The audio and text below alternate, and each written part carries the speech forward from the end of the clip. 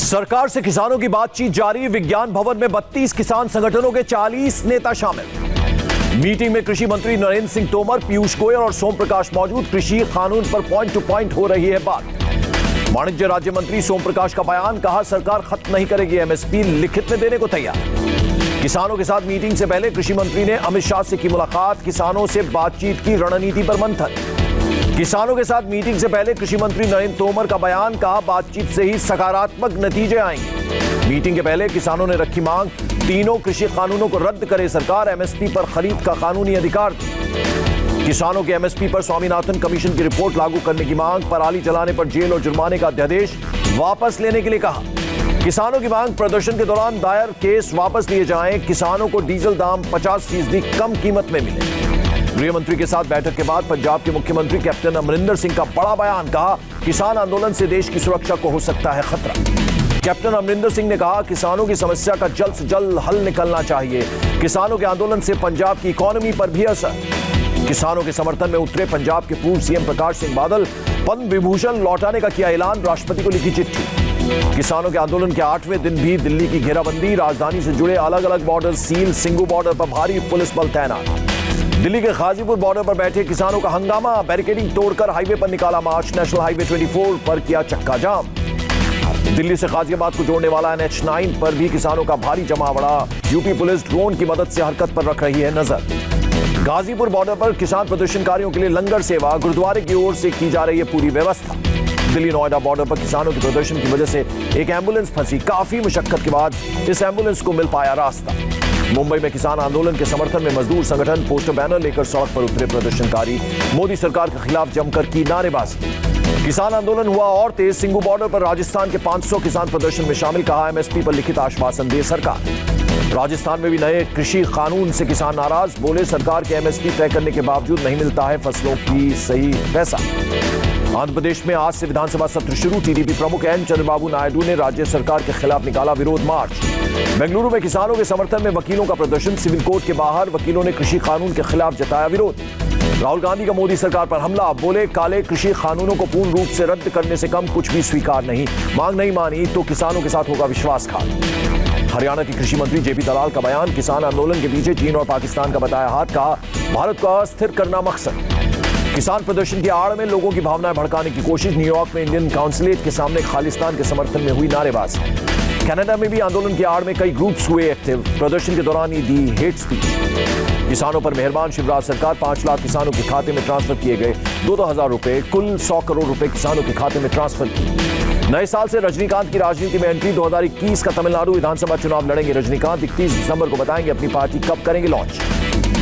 UP Vidhan Parishad उपचुनाव की 11 सीटों के लिए मतगणना जारी, बीजेपी समाजवादी पार्टी में है टक्कर। तृणमूल कांग्रेस के बागी शुभेंदु अधिकारी को लेकर सस्पेंस जारी, शुभेंदु के करीबियों के मुताबिक सुलह की खबर गलत। एक दिन पहले तृणमूल कांग्रेस नेताओं ने शुभेंदु से की थी मुलाकात, टीएमसी सांसद सौगत राय ने कहा अगर शुभेंदु ने अपना मूड बदला तो हमें नहीं पता।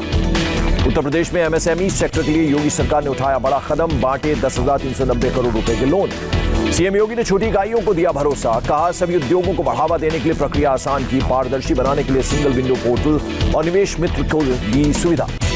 भोपाल गैस कांड की 36वीं बरसी पर बोले सीएम शिवराज सिंह चौहान, भोपाल गैस त्रासदी का जल्द बनाएंगे स्मारक, दुनिया को याद दिलाएंगे कोई शहर भोपाल न बने। शिवराज सिंह चौहान ने कहा पीड़ितों के लिए फिर शुरू की जाएगी 1,000 रुपए की पेंशन, कांग्रेस सरकार ने साल 2019 में कर दी थी बंद।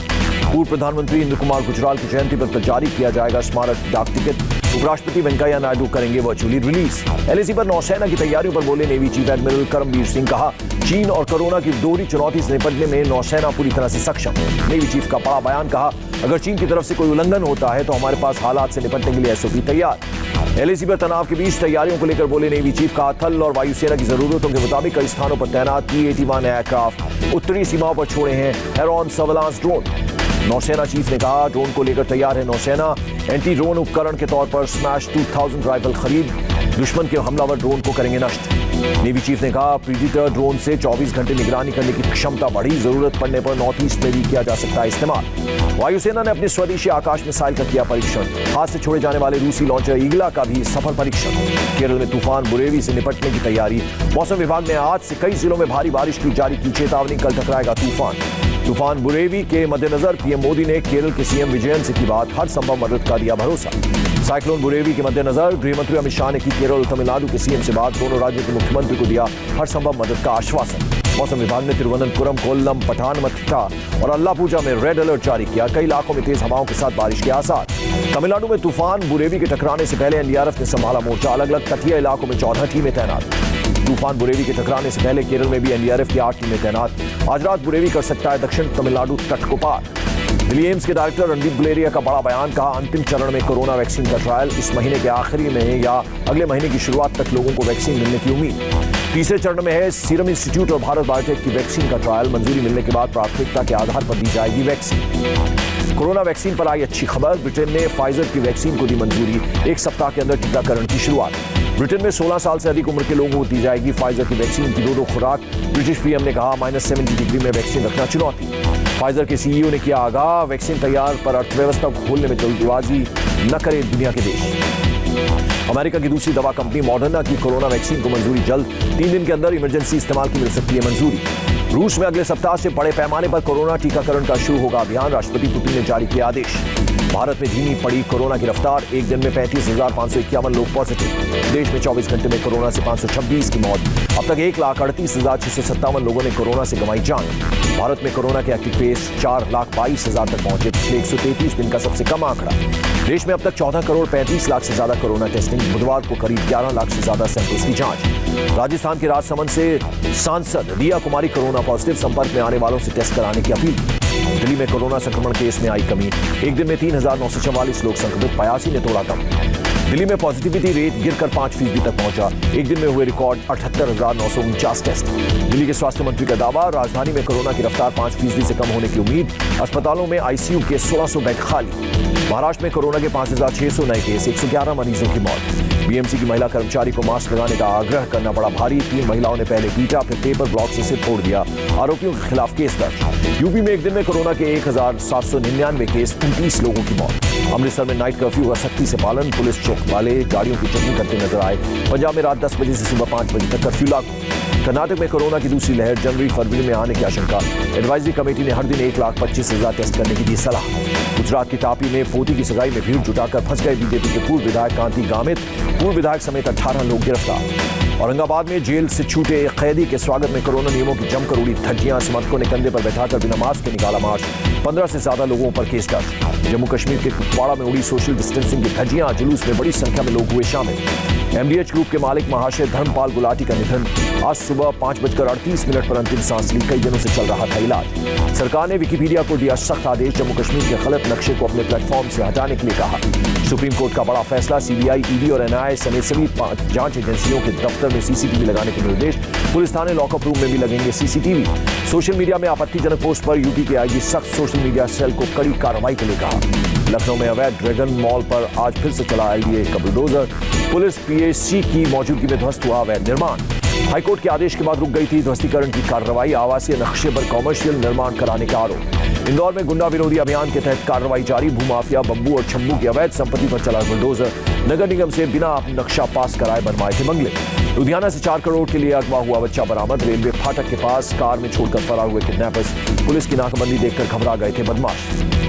पंजाब के मोगा में 2 बुजुर्गों की पुरानी रंजिश में हिंसक झड़प, 15 से 20 लोगों ने घर में घुसकर की तोड़फोड़, पुलिस ने किया मामला दर्ज। एक दिन पहले बुजुर्ग ने दूसरे बुजुर्ग का डंडे से हमला कर दिया था जख्मी, जवाब में बुजुर्ग के भतीजे ने साथियों के साथ बोला हमला। मेरठ मेडिकल कॉलेज में मरीज की मौत के बाद हंगामा, मरीज के रिश्तेदारों और जूनियर डॉक्टरों के बीच मारपीट, पुलिस कर रही है मामले की जांच।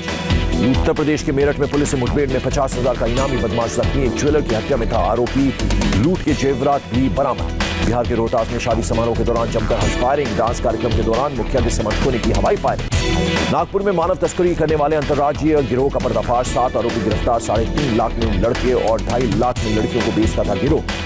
आखिरकार जिंदगी की जंग हार गया, महोबा में बोरवेल में गिरा 4 साल का बच्चा, एनडीआरएफ की टीम ने 20 घंटे बाद बोरवेल से बाहर निकाला, डॉक्टर ने मृत घोषित किया। मुंबई फायर ब्रिगेड के बेड़े में जल्द शामिल होगी हाईटेक फायर बाइक, तंग गलियों में आग पर काबू पाना होगा आसान, फायर बाइक की कीमत होगी 13 लाख रुपए। मुंबई के वेस्टर्न एक्सप्रेसवे पर स्टंटबाजी पड़ी महंगी, चलती कार की खिड़की से बाहर निकलकर बियर पीने वाले गिरफ्तार, पुलिस ने कार को किया जब्त। चेन्नई में गोल्ड तस्कर रैकेट का भंडाफोड़, एयरपोर्ट पर कस्टम की टीम ने 2 यात्रियों के पास से 12 लाख का सोना जब्त किया, 11 आईफोन, 12 डेस्कटॉप समेत कई सामान बरामद। अलीगढ़ में सर्दियों में बेसहारा लोगों की मदद के लिए आगे आया प्रशासन। ठंड से बचाने के लिए रैन बसेरे का इंतजाम। कोरोना एसओपी के तहत 42 लोगों के रहने की व्यवस्था की गई। जो जिला से लैंडस्लाइड की रोंगटे खड़े कर देने वाली आई तस्वीर। पहाड़ से गिर रही बर्फ की चपेट में आई 3 गाड़ियां, सवारों ने कूदकर बचाई जान। दक्षिण पूर्व यूरोपीय देश क्रोएशिया में भारी बर्फबारी। रिहायशी इलाकों में सड़कें और हाईवे पर बिछी बर्फ की चादर। अमेरिका के बोस्टन के अपार्टमेंट में भीषण आग। फायर ब्रिगेड ने सीढ़ी की मदद से बच्ची का रेस्क्यू किया। मां के साथ फंसे 2 बच्चे। अभिनेता जॉर्ज क्लूनी और अभिनेत्री सेलेना गोमेज चुने गए people of the year. List में अमेरिकी डॉक्टर फाउची का नाम भी शामिल। इजरायल में 2 साल में चौथी बार होंगे चुनाव। संसद भंग करने के विपक्ष के प्रस्ताव पर सांसदों ने लगाई मुहर। पाकिस्तान के पूर्व प्रधानमंत्री मीर जफरुल्लाह जमाली का रावलपिंडी के अस्पताल में निधन। 2002 से 2004 तक गए थे पाकिस्तान के पीएम। अमेरिका में रहने वाले भारतीयों को बड़ी राहत। अमेरिकी अदालत ने H-1B वीजा को लेकर ट्रंप सरकार के 2 प्रस्तावों को रोका। पीओके में पाकिस्तान की एक और चार्ज। चाइनीज कंपनी के साथ तैयार होगा करीब $1.5 बिलियन का हाइड्रो पावर प्रोजेक्ट। ऑस्ट्रेलिया के क्वींसलैंड में जंगलों में लगी आग बुझाने की कोशिश जारी। अब तक 80,000 हेक्टेयर जलकर राख। ऑस्ट्रेलिया के बल्लेबाज मैक्सवेल ने स्विच हिटिंग का किया बचाव। कहा शॉट कानून के दायरे में। यान चैपल ने बैन लगाने की थी मांग। और बार्सिलोना के स्टार मेसी पर लगा €600 का जुर्माना। गोल करने के बाद जर्सी उतारकर माराडोना को दी थी श्रद्धांजलि।